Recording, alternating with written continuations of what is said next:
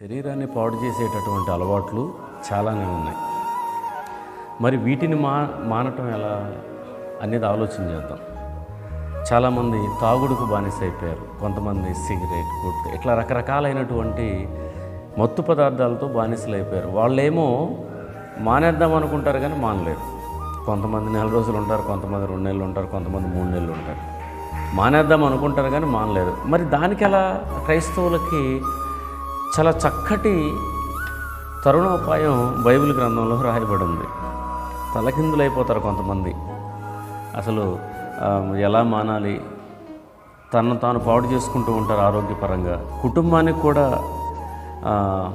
చాలా ద్రోహ సంబంధమైనటువంటి విషయాలను చేస్తూ ఉంటారు. కుటుంబాన్ని మర్చిపోతారు, తనను తాను మర్చిపోతారు, సమాజంలో విలువను మర్చిపోతారు, గౌరవాన్ని కూడా మర్చిపోతారు. ఎందువల్ల? ఈ దెయ్యపు అలవాట్ల వల్ల. ఎవరో కూడా తమకు తాము పాడైపోవాలని కోరుకోరులేండి. అయితే దేవుణ్ణి ఎరిగిన ప్రజలు కూడా చాలామంది తమ దేహాన్ని అణుచుకోలేక కొన్నిసార్లు జారిపోతూ ఉంటారు. అందుకనే ఈ రోజున వాటి గురించి మనం కొన్ని విషయాలు తెలుసుకుందాం. ఇప్పుడు ఈ దేహ సంబంధమైనటువంటి అలవాట్లు పోవాలంటే, అంటే శరీర సంబంధమైన ఎడిక్షన్స్ పోవాలి అని అంటే మనం కొన్నిటిని మనం నేర్చుకోవాలి. ఉదాహరణకి ఈ ప్లేస్లో ఆత్మ సంబంధమైనటువంటి అలవాట్లు మనం నేర్చుకుందాం. ఆత్మ సంబంధమైన అలవాట్లు ఏంటి? కొంతమంది గజిబిజి అయిపోతూ ఉంటారు. సాతాను వేసేటటువంటి అతి పెద్ద ముసుగు ఏంటంటే, ఒక చిరుపాపాన్ని అంటిస్తాడు, నీకు తెలుసో తెలియకుండాను. ఆ చిరుపాపాన్ని అంటించినప్పుడు వాడు ఏం చేస్తాడంటే, మరొక పాపం దగ్గరికి తీసుకెళ్ళి ఏం చెప్తాడంటే, ఆ పాపం చేసావుగా, నేను చేసింది ఏంటి నువ్వు, ఉదయం చేసింది ఏంటి నువ్వు, ఇది చేస్తే ఏమిటి, ఇదైనా పాపమే కదా, పాపానికి కొలతలేదు కదా చేసేయని ఆ పాపములో నిన్ను లోతుగా నడిపిస్తూ ఉంటాడు. అందుకనే నువ్వు గమనించాలి, గుర్తుపెట్టుకో. అసలు వాడెవడో నీకు చెప్పడానికి నువ్వు పాపం చేసావని గుర్తుపెట్టుకో. నీకు నీ తండ్రికి మధ్యలో వాడు దూరడానికి లేదు. అందుకని నువ్వు చెప్పు ఈ రోజు నుంచి వాడితో, అవన్నీ నేను మా డాడీ చూసుకుంటాం, నువ్వు మౌనంగా ఉండు, నువ్వు నేను అది చేయాలి ఇది చేయాలని రూల్స్ పెట్టొద్దు, నన్ను నడిపించడానికి నువ్వెవరివి, వదిలే, నీతో నాకు సంబంధము లేదు, ఏదో జారానో పరిస్థితుల వలనో అలా చేశాను, కానీ నేను అందులో చనిపోయాను, ఇప్పుడు క్రీస్తులో బ్రతికున్నాను. బ్రతకటం ఎలాగో నేర్చుకుంటున్నాం. అందుకే ఆత్మ సంబంధమైన అలవాట్లు నేర్చుకుంటాం. చూడండి, మంచి అలవాట్లేమో దేహానికి ఆరోగ్యాన్ని ఇస్తాయి, చెడ్డ అలవాట్లు నీ దేహాన్ని అనారోగ్యానికి గురి చేస్తాయి. అందుకని ఆత్మ సంబంధమైనటువంటి మంచి అలవాట్లు ఏంటి, ఆత్మ సంబంధమైనటువంటి అలవాట్లు ఏంటి మనం ఆలోచన చేద్దాం. ఒకటి, ప్రార్థన చేయమన్నాడు. ఇంతకంటే మంచి అలవాటు ఏముంది చెప్పండి? ప్రార్థన అనే మంచి అలవాటు నువ్వు చేసుకుంటే, చూడండి, ప్రార్థించేవాడు పాపం చేయలేడు, పాపం చేసేవాడు ప్రార్థన చేయలేడు. మరి పాపంలో ఉన్నవాడు పరిస్థితి ఏంటిది అని అంటే, ఇప్పటి నుంచి కొత్త అలవాటును నేర్చుకోవడానికి ప్రయత్నం. అయితే ఆల్రెడీ ప్రార్థన చేస్తున్నామయ్యా, కొన్ని అలవాట్లు ఉన్నాయి అని అంటే గుర్తుపెట్టుకోండి. ప్రార్థన చేస్తే ఉపవాస ప్రార్థనలో కూర్చో, ప్రభువా నన్ను విడిపించండి అని పట్టుబట్టు, ప్రభువా ఈ జిగట లాంటి దానిలో నుంచి నన్ను బయటికి తీసుకురా ప్రభువా అని ఉపవాస ప్రార్థన చేసి బయటికి రా, దేవుడు ఖచ్చితంగా కనికరిస్తాడు. అలాగే రెండో అలవాటు ఏంటంటే, దేవుని వాక్యాన్ని చదువు. ఉదయం లేచిన వెంటనే దేవుని వాక్యాన్ని చదువు. 3 అధ్యాయాలు, 5 అధ్యాయాలు, 10 అధ్యాయాలు చదువు. మరి చదువురాని సంగతి ఏంటి, చదువురాని వాళ్ళ సంగతి ఏంటి అని అంటే గాబరాపడొద్దు. ఫోన్లో ఈ రోజున చాలా మంచి యాప్స్ వచ్చాయి, విను. మూడవదిగా మంచి అలవాటు ఏంటంటే, దేవుని వాక్యాన్ని సంఘానికి వచ్చి విను.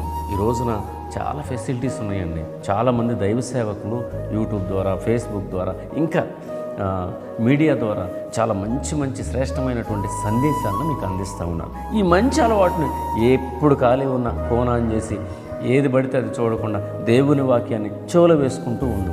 అప్పుడు ఏమవుతుంది అంటే, ఈ మంచి అలవాటు దేవుని వాక్యం నేను బాగు చేసేటటువంటి సామర్థ్యం కలిగిన ఖడ్గం వంటిది. అది ఎముకల్లోకి, మూలుగుల్లోకి దూరేం చేస్తుంది అని అంటే నిన్ను బాగు చేస్తుంది. నీకు తెలియకుండానే గొప్ప విజయాలను సరిచేస్తావు. అందుకే అసలు మొట్టమొదటగా నువ్వు జ్ఞాపకం చేసుకోవాల్సినటువంటి విషయం ఏంటంటే, నీ దేహాన్ని నువ్వు జయించడం ఎలాగో నేర్చుకోవాలి. ఆ దేహాన్ని అంటే అంతరంగ పురుషుడు ఎప్పుడైతే బలవంతుడిగా మారతాడో, బహిరంగ సంబంధమైనటువంటి దేహ సంబంధమైనటువంటి పురుషుడు ఏమవుతాడు అని అంటే బలహీనపడిపోతాడు. అందుకు ప్రార్థన చేయి, ఉపవాసం ఉండు, దేవుని వాక్యాన్ని నేను అలాగే గుర్తుపెట్టుకో. రోమీలకు రాసిన పత్రికలో 10వ అధ్యాయం 17వ రావటం మానవద్దు. ఆత్మ సంబంధమైన అలవాటును నువ్వు బ్రేక్ చేసుకోవద్దు. అసలు నువ్వు ఎలా ఉన్నా దేవుని దగ్గరికి రా. నేను ఒక మాట చెప్తా వినండి.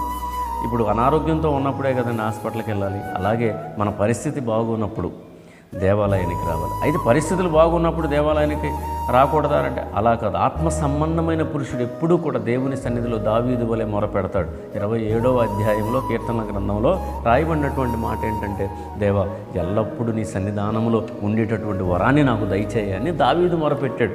అందుకని దేవుని సంఘాన్ని విడవద్దు, దేవుని ప్రజలతో సంబంధాన్ని తెంచుకోవద్దు.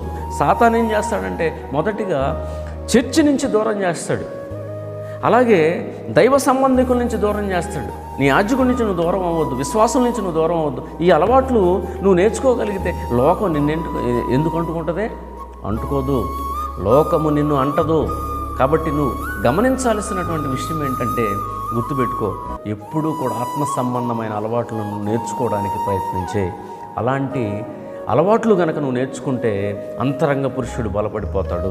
దేహ సంబంధమైనటువంటి కార్యాలన్నీ దుమ్ము వలె రాలిపోతాయి. నేను ఒక మాట చెప్తే, ఎంత పాపంలో ఉన్నా గుర్తుపెట్టుకోవాల్సినటువంటి విషయం, జాగ్రత్తగా మనసులో పెట్టుకో.